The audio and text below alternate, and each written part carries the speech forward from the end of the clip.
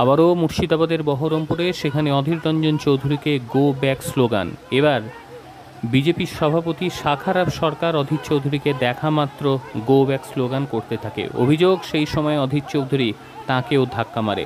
প্রসঙ্গত উল্লেখ্য, দাঙ্গায় আহত বেশ কয়েকজনকে দেখার জন্য অধীর রঞ্জন চৌধুরী যাচ্ছিলেন মুর্শিদাবাদ মেডিকেল কলেজ হাসপাতালে, আর সেখানেই অধীর রঞ্জন চৌধুরীর সামনে এসে গো ব্যাক স্লোগান দেয় বিজেপি কিছু নেতৃত্ব, এমনটাই জানতে পারা যাচ্ছে। কি বলছেন অধীরবাবু, চলুন শুনে নিই। বিনয় রায়ের রিপোর্ট, এনটিভি WB। শক্তিপুরে থেকে কিছু মানুষ হাসপাতালে ভর্তি হয়েছে।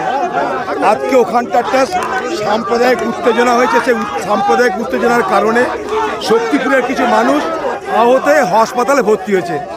আমি সেখানে তাদেরকে দেখতে আসছি। আমি মালদা থেকে ফেরার পথে রাস্তায় খবর পেলাম, তাদেরকে হাসপাতালে দেখতে আসছি, তারা কেমন আছে না আছে, চিকিৎসা তাদের ঠিক মতো হচ্ছে কিনা সেই জন্যে। এবার হাসপাতালে ঢুকতে এই বিজেপির কিছু নেতা, হিন্দু কেন মার খাচ্ছে, অধীর চৌধুরী জবাব দাও। বড় অদ্ভুত কথা।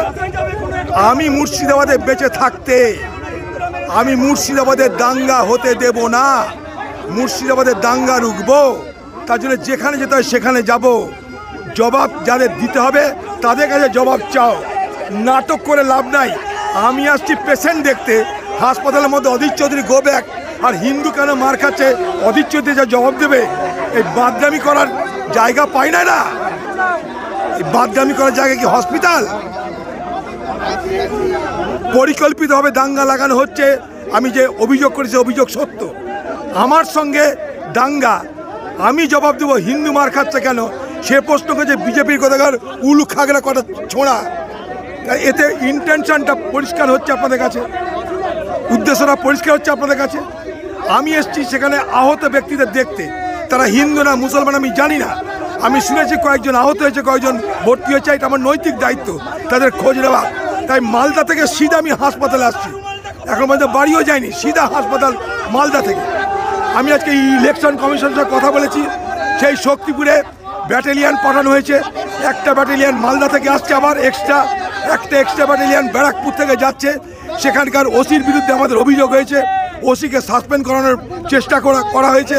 সেখানটায় এসপি নিজে গেছে সেখানটায়।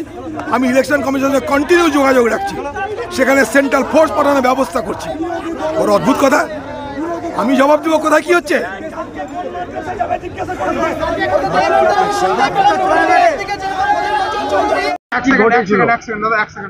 ঘটনাটা যেভাবে লোকসভার বিরোধী দলনেতা তার এবার সিট জিতার জন্য যেভাবে মাদ্রাসায় গিয়ে উস্কানিমূলক বক্তব্য রেখেছেন, আর তার পরিণাম হয়েছে আজকে রেজিনগর, বেলডাঙ্গা, মির্জাপুর থেকে আরম্ভ করে সমস্ত জায়গায় মুর্শিদাবাদ জেলায় যেখানে প্রতি বছর রামনবমী থেকে শিব পুজোর চড়ক একসঙ্গে ঘাড়ে হাত দিয়ে ঐক্যের মধ্যে ধর্ম বিদ্বেষ না করে একসাথে সব ধর্মের সমানভাবে আমরা চলতাম, সেখানে অধীর বাবু নিজে এখানে উস্কানিমূলক মন্তব্য করে গন্ডগোল পাকিয়েছেন।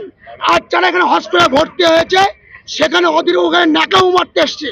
আর আমাদের ছেলেপুলে যখন ওনাকে রুখতে গেছে, উনি নিজে আমাকে ধাক্কা মেরে মুখ ফাটিয়ে রক্তাক্ত করেছে। আপনাদের ফুটে যাচ্ছে, আপনারা নিজেরাও দেখেছেন। উনি ভাবছেন যে পূর্বের মতো আমি আমার দাদাগিরি করব। উনি বুঝতে পারছেন না, উনি এখন 2000 টাকার নোট বাজারে অচল। অধীর বাবু যেখানে যাবেন সেখানে কলা ধাক্কা খাবেন, জনগণ দেবে, বিজেপিকে দেওয়ার দরকার নেই।